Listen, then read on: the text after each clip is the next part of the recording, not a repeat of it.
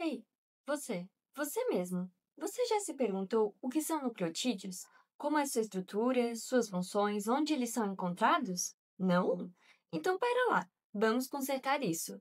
Os nucleotídeos apresentam uma variedade de funções no metabolismo celular. Eles são a moeda energética nas transações metabólicas, podem atuar como sinalizadores e proporcionar respostas celulares a estímulos extracelulares. São os componentes estruturais do metabolismo e, por último, mas com certeza não menos importante, eles são os blocos de construção dos ácidos nucleicos, DNA e RNA, as moléculas que carregam informação genética. A estrutura de cada biomolécula e componente celular é o produto da informação programada na sequência nucleotídica dos ácidos nucleicos da célula.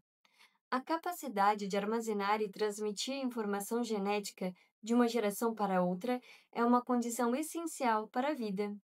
Mas afinal, como é a estrutura dos nucleotídeos? Eles apresentam três componentes característicos: uma base nitrogenada, uma pentose e um ou mais fosfatos. Você já parou para pensar no que faz o DNA e o RNA serem diferentes? Vamos falar sobre um detalhe essencial: as pentoses. Os ácidos nucleicos têm dois tipos diferentes de carboidratos. No DNA, os blocos que formam essa molécula incrível são chamados de desoxirribonucleotídeos porque contêm um açúcar essencial, a 2'-desoxidribose. Já no RNA, o carboidrato presente é o D-ribose e os blocos são chamados de ribonucleotídeos. Mas olha que interessante, tanto a ribose quanto a desoxirribose estão na forma de anel fechado de 5 átomos, conhecida como beta-furanose, formada por 4 carbonos e um oxigênio. E aqui vai o grande segredo: é a pentose que determina a identidade do ácido nucleico. As funções do DNA e do RNA dentro das células são bem diferentes, e essas diferenças têm tudo a ver com que os nucleotídeos que os compõem. No RNA, os nucleotídeos têm ribose. Uma dica importante: observe com atenção o carbono número 2 da ribose. Ele está ligado a um grupo hidroxila. Já no DNA, esse carbono está ligado apenas a um hidrogênio. E essa é a pequena mudança que faz toda a diferença.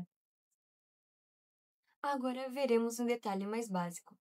As bases nitrogenadas são derivadas de dois compostos principais, a pirimidina e a purina. Elas são estruturas heterocíclicas com átomos de carbono e nitrogênio numerados de forma específica para facilitar a identificação. Ao todo, temos 5 bases nitrogenadas possíveis, mas cada tipo de ácido nucleico usa apenas 4.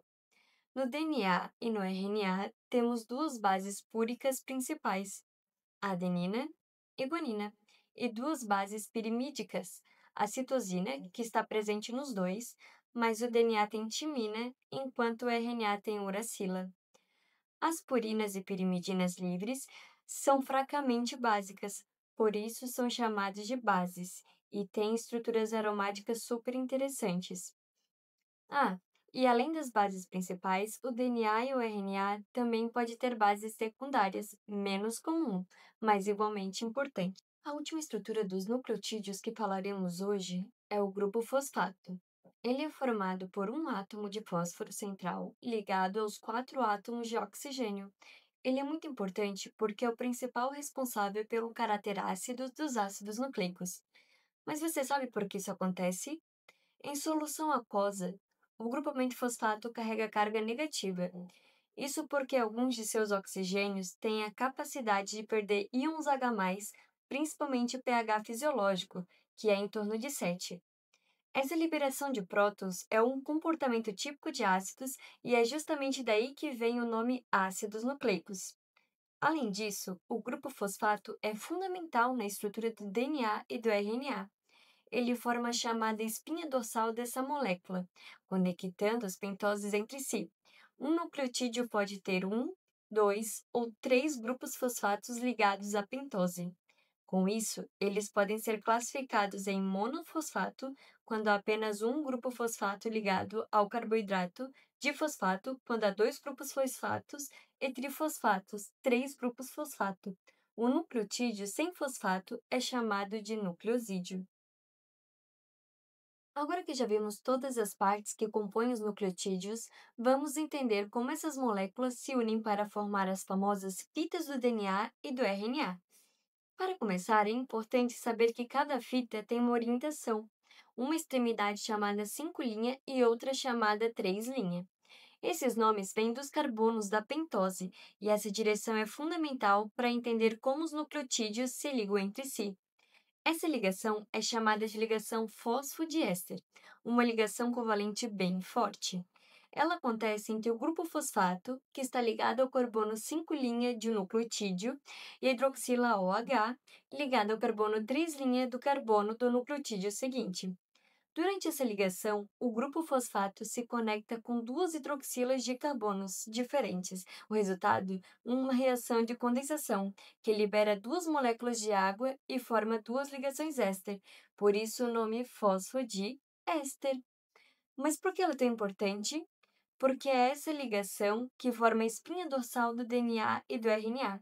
Ela mantém os nucleotídeos unidos, garante a estabilidade da estrutura, define a direção 5' para 3' da fita e permite que processos como replicação e transcrição funcionem do jeito certo.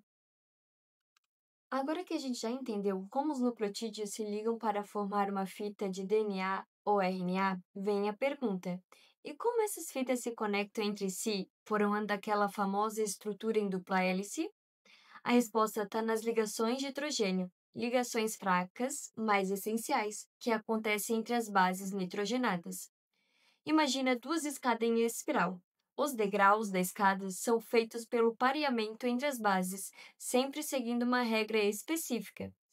A adenina se encaixa perfeitamente com a timina no DNA, e esse encaixe acontece por duas ligações de hidrogênio.